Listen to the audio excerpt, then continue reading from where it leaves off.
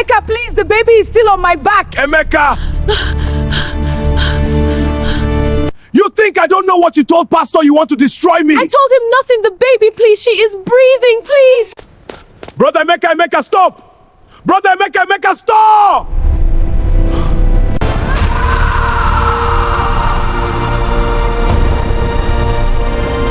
Jesus! Somebody call an ambulance now!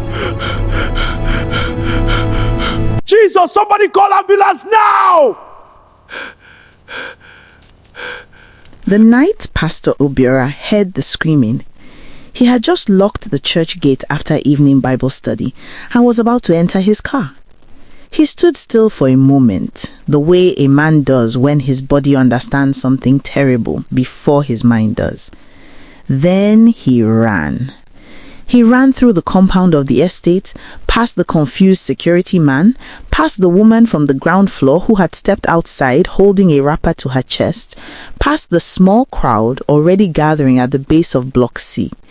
And when he looked up at the third floor balcony of apartment 7 and saw Brother Emeka dragging his wife toward the railing with a baby strapped to her back, Pastor Obiora felt something he had not felt in 30 years of ministry. He felt completely helpless. "Brother Emeka!" he screamed. "Emeka, stop!" Emeka turned just for 1 second, and in that second, Pastor Obiora saw something in the man's eyes that made his blood go cold. Not rage, not madness, but something worse: calculation. As if he had already decided what was going to happen next, and the only question was whether anyone would be close enough to stop it. Nobody was close enough.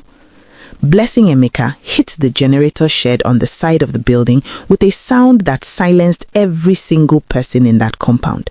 Then the baby started crying. And somehow, in the middle of all that horror, that crying was the most beautiful sound Pastor Obiora had ever heard in his life.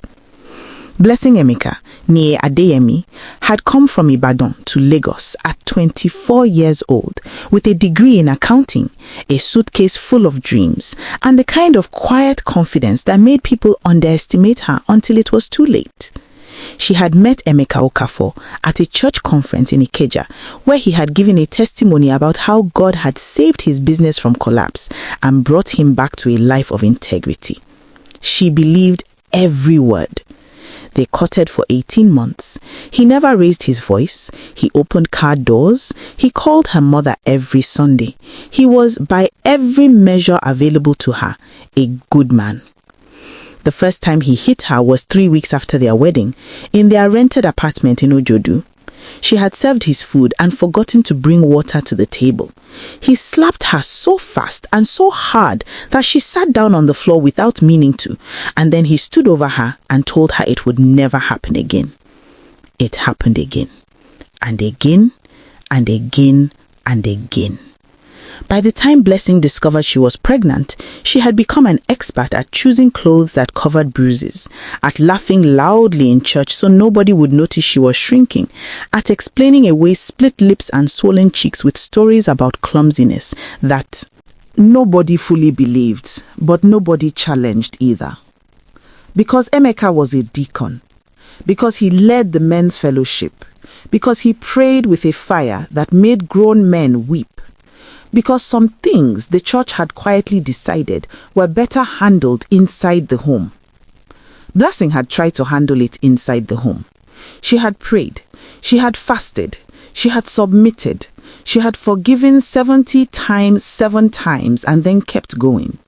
She believed that the man she married was still somewhere inside the monster she lived with, and that if she loved hard enough and prayed long enough and endured quietly enough, God would bring him back to her. Then her daughter was born, and everything changed.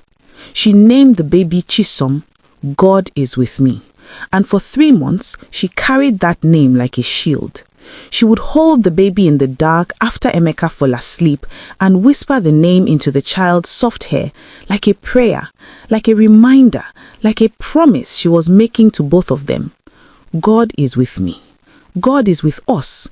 We are going to be okay. It was the baby that finally made her speak. She had not planned to tell Pastor Obiora everything. She had only gone to his office to ask for the church's welfare fund details. Emeka had been controlling every kobo of their finances for 2 years, and she needed money for Chisom's next round of vaccinations without having to beg and account for it.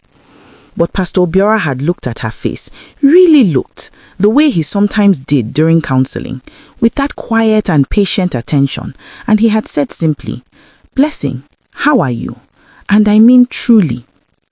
She had not cried. She had not broken down.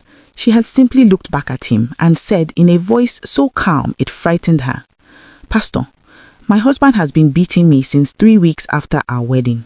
Last Tuesday, he put his hands around my throat while I was holding Chisom. I don't know how much longer I can protect my daughter inside that house."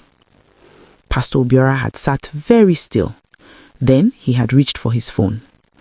What happened next was where Emeka's world began to crack at the edges. Pastor Obiora had made 2 calls that afternoon.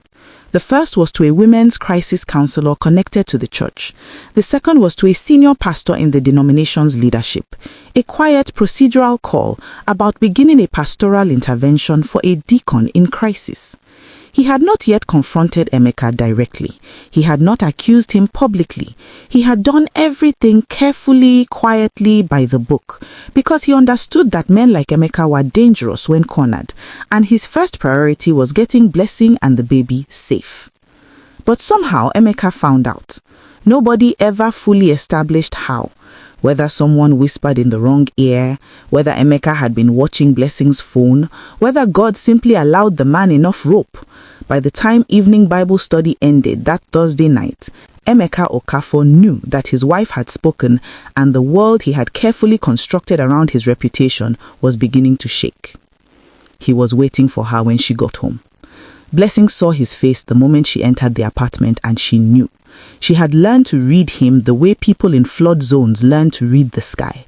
Not with certainty, but with the particular dread of someone who has been through it before and knows exactly how bad it can get. "Close the door," he said. She closed the door and held Chisom tighter. "You went to Pastor." "Emeka, don't." His voice was very quiet, which was always worse than the shouting. "Don't explain. Don't beg. Just tell me what you said to him." "I told him the truth," Blessing said, and even she was surprised by the steadiness in her own voice. Perhaps it was Chisom and her back. Perhaps it was 3 months of whispering, "God is with me," in the dark, finally paying out. "I told him the truth, Emeka, because I cannot protect our daughter alone." That was when he grabbed her. She did not remember all of what happened on the balcony. She remembered his face, that cold calculation she had never seen so clearly before, as if every mask had finally dropped and she was seeing him, the real him, for the first and last time. She remembered screaming Chisom's name. She remembered Pastor Obiora's voice below, cracking open with terror. She remembered the railing against her back. And then she remembered nothing, until she woke up in Lagos Island General Hospital with her left arm in a cast, 3 broken ribs, and her daughter, her Chisom, her "God is with me," asleep in a cot beside her bed, completely unharmed. The generator shed had broken her fall enough. The way she had twisted her body at the last second to protect the baby had saved them both. She lay in that hospital bed for a long time, just listening to her daughter breathe. What Emeka had not counted on, what a man blinded by rage and the arrogance of years of silence rarely counts on, was witnesses. There had been 11 people in that compound when Blessing fell. 11 people who saw everything. 3 of them had phones in their hands before she hit the ground. 2 videos were uploaded to Twitter before the ambulance arrived. By midnight, Emeka Okafor's name and face were everywhere, and the comment sections were on fire. By morning, the denomination had suspended him pending investigation. By afternoon, the Lagos State Police Command had confirmed his arrest. By the end of the week, 3 other women from his past, from before Blessing, from a chapter of his life he thought was permanently closed, had come forward with their own stories. The case went to court 4 months later. Blessing sat in that courtroom in a blue dress with Chisom on her lap and gave her testimony without shaking. When the judge handed down the sentence, she did not celebrate. She simply closed her eyes for a moment and exhaled, a long, slow breath that felt like it had been trapped inside her chest for 3 years. She moved back to Ibadan, her mother's house, the room she had grown up in. She sat on the same bed she dreamed her Lagos dreams from as a young woman, and she held her daughter, and she allowed herself, finally, fully, without apology, to start again. She started a small support group for women in the church.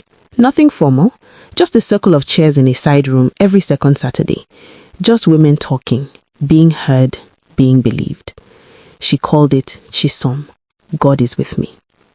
Because he was, even on the balcony, even in the fall, even in the long silence of the hospital room. Even now, he was there. He had always been there.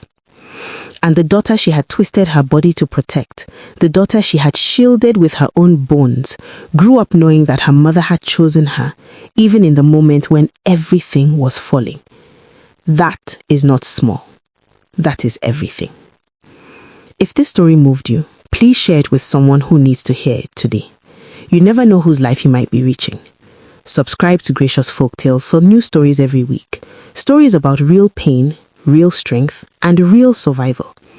And if you or someone you know is living inside a story like Blessings, please speak. Tell a pastor, tell a friend, tell someone. Silence never protects you. It only protects the wrong person. Like, share, subscribe, and leave a comment below. What gave you strength in this story? We read every single one.